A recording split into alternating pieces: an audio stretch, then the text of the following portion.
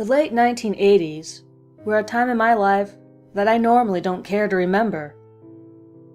My mother and I had moved away from my grandparents' house. Theirs was the only home I knew. Mother had a bad habit of making poor decisions in men, and so for a while, we bounced around from place to place. I even recall being at one school for only a week before we were on the lam again. We ended up in San Antonio, Texas. Finally, we settled into our very first apartment. It was good to have a place of our own for a change. In time, however, Mother found a new scumbag and he moved in. Gene was a former Army Ranger who had been a civilian for about 2.5 years at the time. He was very muscular, with long black hair and long sideburns. You could compare him to Glenn Danzig. Gene began to boss me around, trying to play father. He felt I needed some discipline and began to beat me.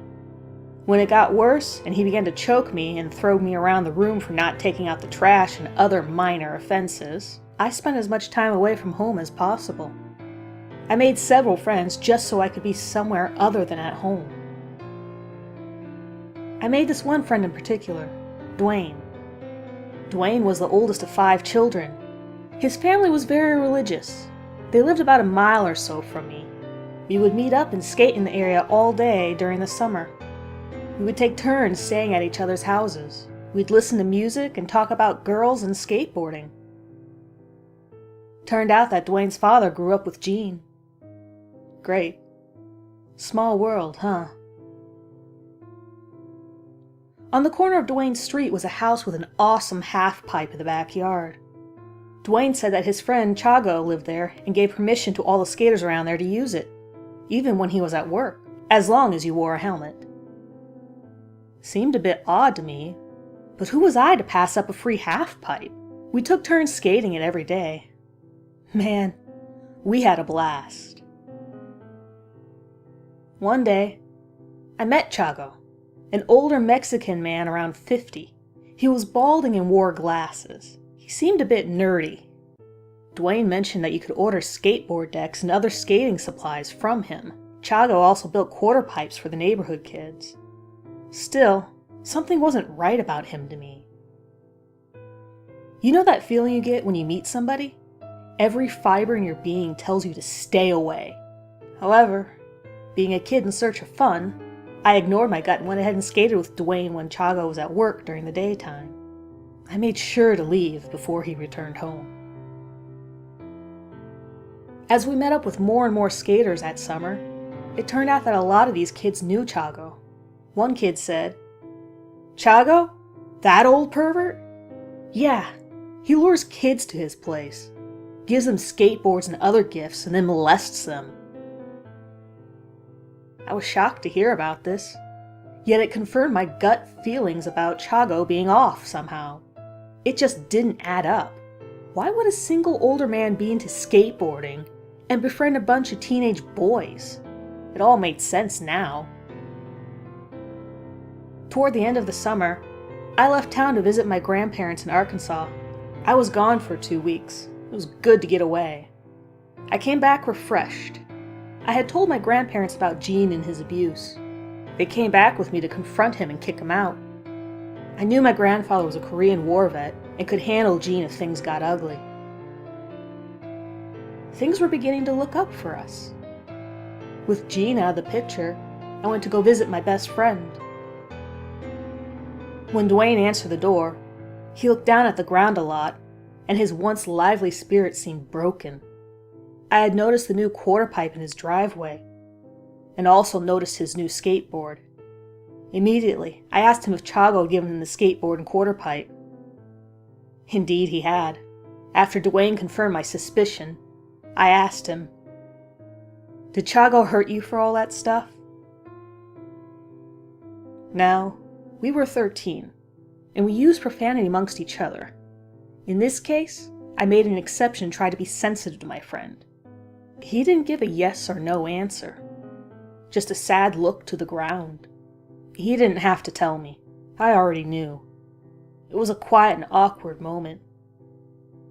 What do you say to your best friend when you find out that he has gone through something like this, all while I was away?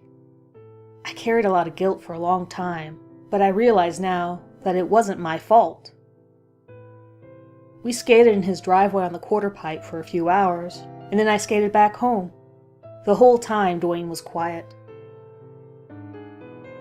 I finally made my way home. School was about to start in a few days. Dwayne never came back to my house, and I didn't go back to his that weekend. I just didn't know what to say. When school started that following Monday, I expected to run into Dwayne in the hallway around before school. I would tell him that I would never tell anybody, and that I'm still his friend no matter what. He wasn't at school, though. After school, I ran home, grabbed my board, and skated to Wayne's house. Nobody was home. The next day, still no sign of him. I asked some of our skating buddies if they knew anything. Nobody did. Again, after school, I skated to Dwayne's house. I met up with his dad outside. They were moving. I asked if Dwayne was home. His dad said he wasn't home and that they would be moving back to their old neighborhood. Hearing this did sadden me. Inside, though, I felt a bit of anger towards Chago.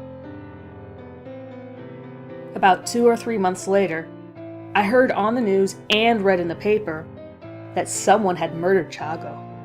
He was beaten to death with a baseball bat inside his home. Skateboarding equipment had been stolen along with money and other items he had in the house. I kept up with the story for a while, but there was never an arrest made. It was made public that he was a registered child molester, which I guess is why there was never an arrest in the case. One less pedophile to worry about, right? Soon after Chago's murder, I began having nightmares that he was trying to lure me into his house. I remember once looking into his house and feeling queasy as he invited me in. I declined, of course. I recall red velvet covering everything. It was creepy. Luckily, my gut instinct saved me that day. Eventually, the nightmares stopped.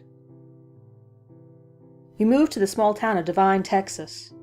About a year later, I met a fellow skater from San Antonio who knew Chago. I didn't ask him if he knew Chago, although I suspected as such. I didn't mention any more about it again. Years went by and I graduated from Devine High School in '95.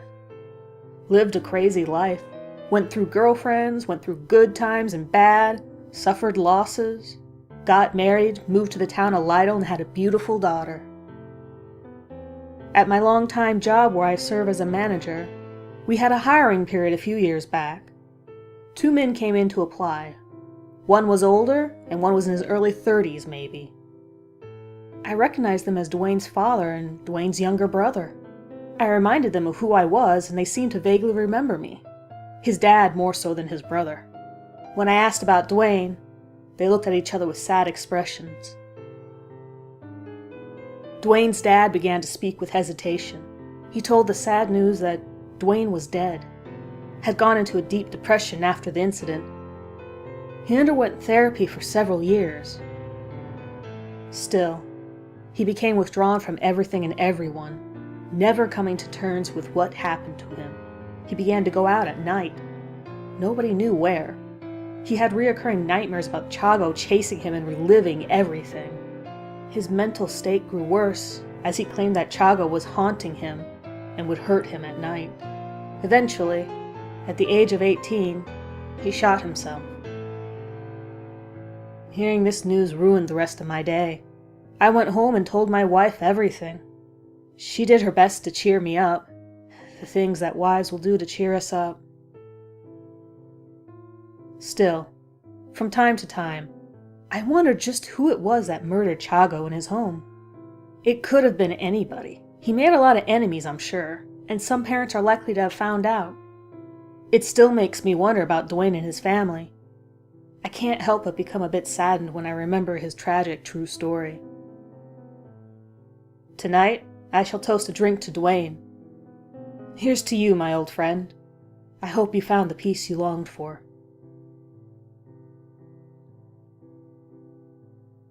Thank you for tuning in. If you like this story, hit that like button. Consider sharing and subscribing to the channel to be alerted to new uploads.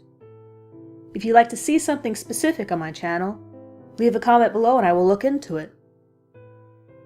Good night, everyone.